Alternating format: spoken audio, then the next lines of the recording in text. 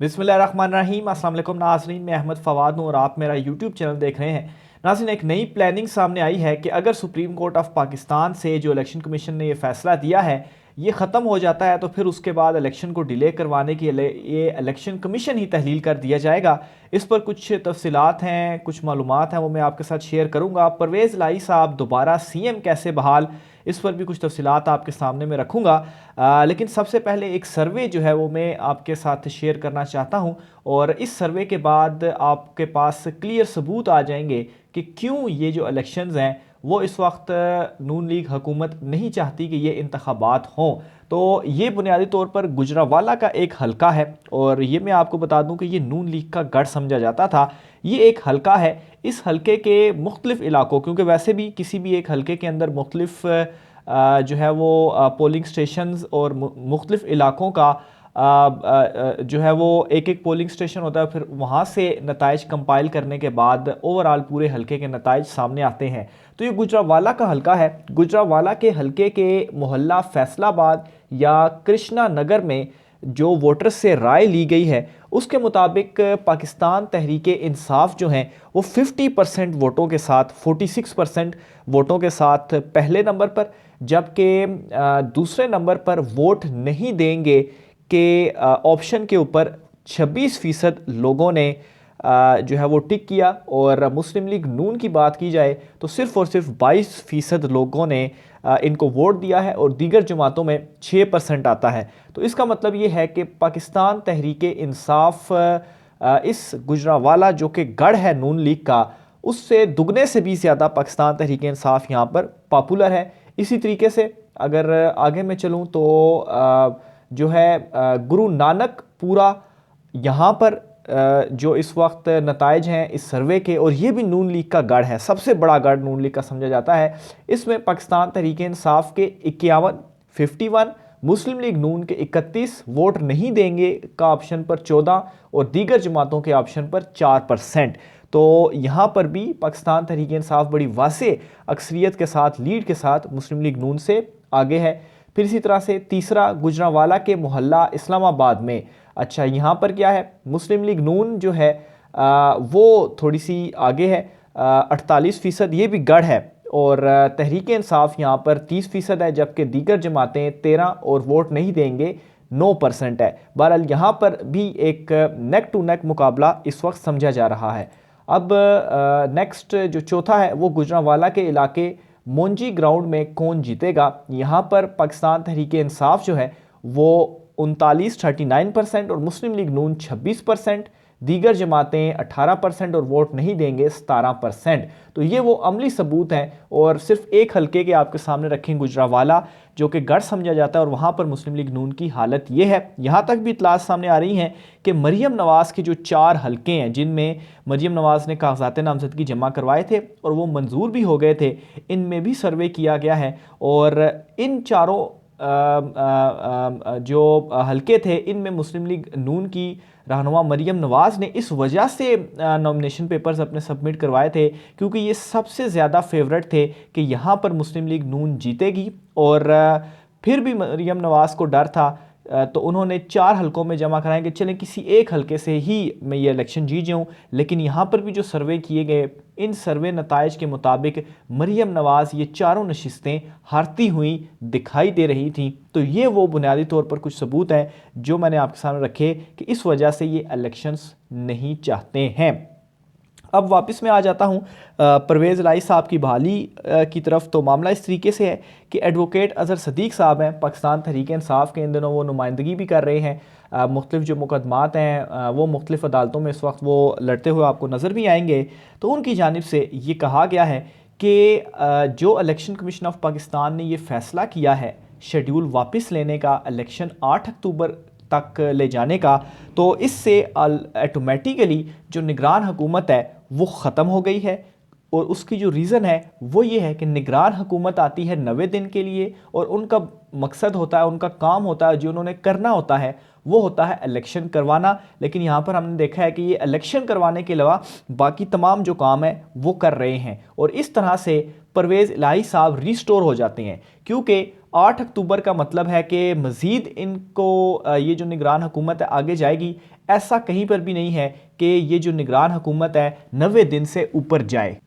एक एग्जांपल भी यहाँ पर उन्होंने दी है कि जब तक निगरान सीएम नहीं आ जाता तब तक जो वज़ीर आला होता है उसी के पास इख्तियारात होते हैं और वो वज़ीर आला रहता है। निगरान सीएम के आने के बाद ही जो सीएम होता है उसकी तब्दीली होती है, और चूंकि इलेक्शन कमीशन ऑफ पाकिस्तान ने ही निगरान सीएम लगाया था तो उन्हें ये भी नोटिफिकेशन अब देना चाहिए अगर वो अपने फैसले के ऊपर बरकरार रहते हैं या जो इन्होंने ये फैसला दिया है। अभी जो सुप्रीम कोर्ट और दीगर चीज़ों की तरफ भी मैं आता हूँ, लेकिन इन्हीं के फैसले की रोशनी में अगर ये इसी चीज़ को लेकर चलते हैं तो निगरान सेटअप किसी तौर भी कायम नहीं रह सकता और परवेज़ इलाही को रीस्टोर करने का भी इलेक्शन कमीशन को नोटिफिकेशन जारी करना पड़ेगा। दूसरी तरफ अब आते हैं सुप्रीम कोर्ट ऑफ पाकिस्तान के फैसले की तरफ। अच्छा, इसमें भी एक तो अजहर सदीक साहब का ये कहना है, मानना है कि इलेक्शन कमीशन ऑफ पाकिस्तान से जो फैसला है सुप्रीम कोर्ट ऑफ पाकिस्तान से जो फैसला है वो उड़ जाएगा। इलेक्शन कमीशन ऑफ पाकिस्तान के पास कोई इस तरह का इख्तियार नहीं है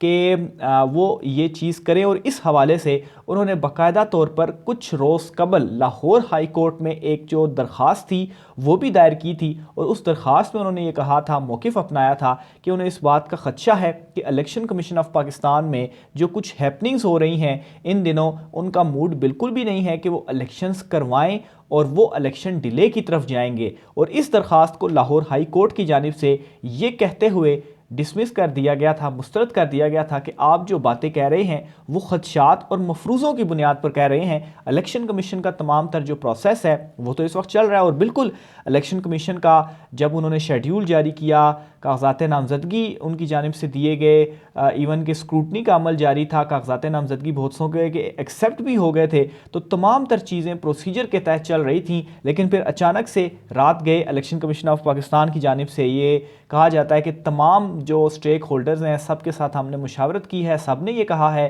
कि इस टाइम इलेक्शन नहीं होने चाहिए, तो इस वजह से हम विदाउट अपना इख्तियार 220 का जो बताया जाता है वो इस्तेमाल किए, और सुप्रीम कोर्ट ऑफ पाकिस्तान का फ़ैसला मौजूद होते हुए और सुप्रीम कोर्ट के पास गए भी नहीं है, और तमाम तर चीज़ें हम पहले ये मानते थे कि हम इलेक्शन की तारीख भी नहीं दे सकते, लेकिन उसके बावजूद हमने ये शेड्यूल वापस लेके 8 अक्टूबर की जो तारीख है वो दे दी है। और 8 अक्टूबर में ज़ाहिर सी बात है चीफ़ जस्टिस उमर अता बंदयाल साहब की जो रिटायरमेंट है वो भी सितंबर में है, और फिर उसके बाद सदर मुमलिकत जो हैं उनकी भी जो रिटायरमेंट है वो भी सितंबर में है। 16 सितंबर चीफ जस्टिस उमर अता बंदयाल साहब की रिटायरमेंट है, और 9 सितंबर प्रेसिडेंट की रिटायरमेंट है, और प्रेसिडेंट रिटायर हो जाएंगे तो फिर जाहिर सी बात है पंजाब में इलेक्शन की तारीख किसने देनी है, तो वो दे नहीं पाएंगे। और कोई बात नहीं कि जब इन दोनों की रिटायरमेंट हो जाएगी, और अगर ये इसी तरह से चलता है, और जो इनका प्लान भी है कि इस सेटअप को फिर कौमी असम्बली की चूँकि अगस्त में कंप्लीट हो रही है,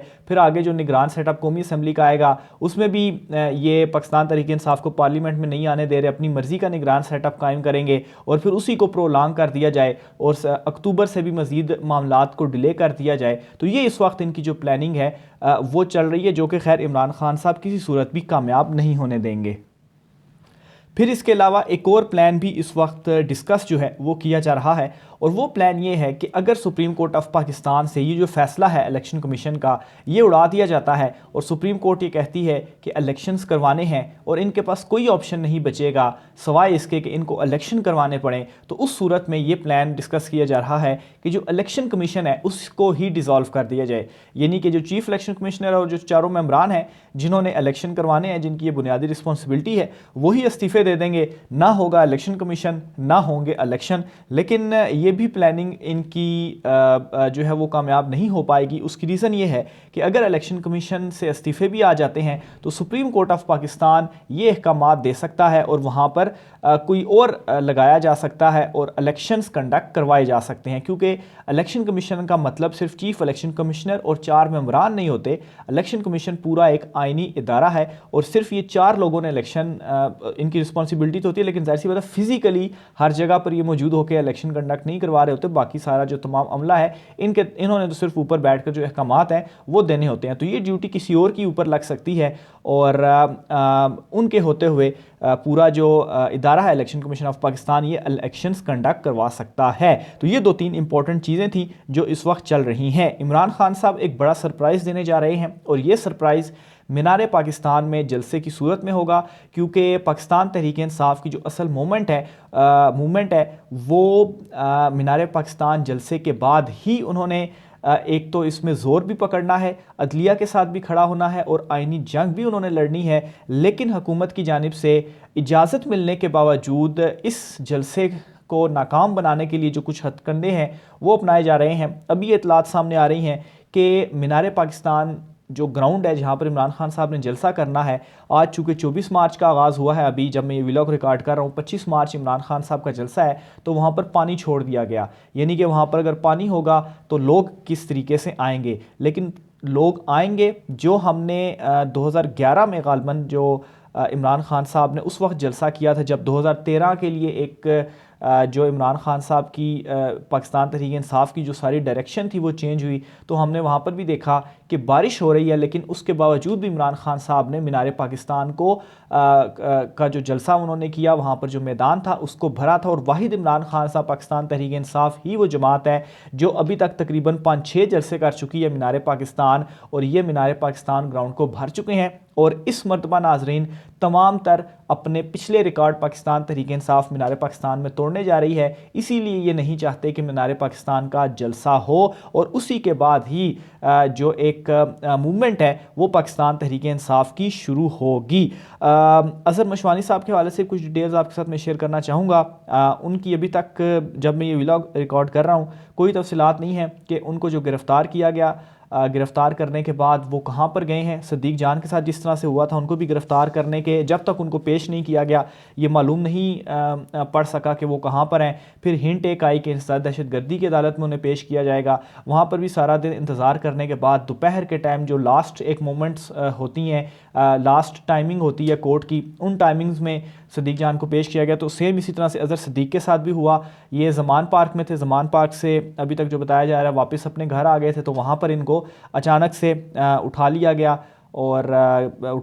गिरफ़्तार कर लिया गया, अगवा कर लिया गया, क्योंकि अभी तक कोई भी तफसीलात नहीं आ रही कि वो कहाँ पर हैं। तो बहरहाल ये सिर्फ अज़हर मशवानी साहब के साथ नहीं हो रहा, बल्कि इस वक्त पाकिस्तान तहरीक इंसाफ के सैकड़ों कारकुनों को गिरफ़्तार किया जा चुका है।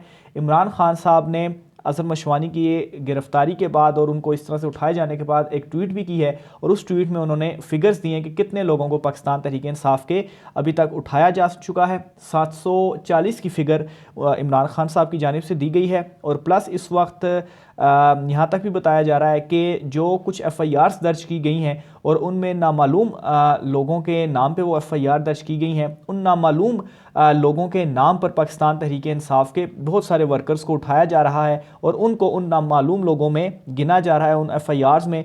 और मकसद यही है कि इनको गिरफ़्तार करने के बाद हम कुछ दिन जेल में रखेंगे, इनको डराएंगे, इनके ख़ानदान वालों के ऊपर प्रेशर पड़ेगा और वो इनसे कहेंगे कि आप पाकिस्तान तहरीक इंसाफ को छोड़ दें। तो ये वही ओछे हथकंडे जो 60 की 90 की दिहाई में ये इस्तेमाल करते थे, अभी भी यही किए जा रहे हैं। इमरान खान साहब की ट्वीट्स में आपके सामने रखता हूँ। इमरान खान साहब ने ये ट्वीट की है कि over 740 unarmed PTI workers have been arrested from Islamabad, Lahore and across Punjab. These are poor people, many daily wage earners. अच्छा, इमरान खान साहब ने बताया 740 अनआर्म्ड PTI वर्कर्स को इस्लामाबाद, लाहौर और पंजाब के दीगर इलाकों से गिरफ़्तार किया गया है, और रमज़ान का महीना है और ये गरीब लोग हैं, और बहुत सारे लोग ऐसे हैं जो कि दिहाड़ीदार मज़दूर हैं, डेली वेजिस के ऊपर काम करते हैं, और इनको जो है रिलीज़ करने के हवाले से इमरान खान साहब ने जो मुतालबा है वो किया है। इसके अलावा मज़ीद इमरान खान साहब ने ट्वीट्स की हैं। इमरान खान साहब ये लिखते हैं कि बस बहुत हो गया। अज़हर मशवानी गिरफ्तारी के बाद इमरान खान साहब ने लिखा कि बस बहुत हो गया, पंजाब और इस्लामाबाद में पुलिस तहरीक इंसाफ को हदफ बनाने के लिए पूरी ढिठाई से कवानीन की धज्जियाँ उड़ा रही है। आज सपहर अज़हर मशवानी को लाहौर से उठा लिया गया और कहाँ ले जाया गया अब तक मालूम नहीं। 18 मार्च को सेनेटर शिबली फराज और उमर सुल्तान जिनके पास अदालती कम्प्लेक्स में दाखिले की इजाज़त मौजूद थी, को इस्लामाबाद पुलिस ने बदतरीन तशद्दुद का निशाना बनाया। हसन न्याजी को ज़मानत मिलते ही उठा लिया गया और इसे कैद में रखने के लिए एक झूठा मुकदमा इस पर डाल दिया गया। पंजाब और इस्लामाबाद के आईजीज़ और इन मुजरिमाना सरगर्मियों में मुलविस तमाम अफसरान की तस्वीर इंसानी हकूक़ की आलमी तंजीमों को भिजवा रहा हूँ, ताकि वो रियासतों सरकार के लिए काम करने वाले इन किरदारों को पहचान सकें जो तहरीक इंसाफ के ज़िम्मेदारान और निहत्ते कारकुनान के अगवा, इनकी रिहाइश गाहों पर छापों, दौरान हिरासत इनसे मारपीट और इन पर बेदरीक तशद्दुद आजमाने में मुलविस हैं, अज़हर मशवानी को फ़ौरन रिहा किया जाए। तो ये इमरान खान साहब की ट्वीट के ज़रिए उन्होंने पैगाम दे दिया है कि आलमी इंसानी हकूक़ की जो तंजीमें हैं उनको वो इनकी तमाम तर तस्वीरें दिखाएंगे और बताएंगे कि इस वक्त ये काम चल रहा है। पाकिस्तान तहरीक इंसाफ के वर्कर्स के ऊपर एक अच्छा खासा जो क्रैकडाउन है वो जारी है।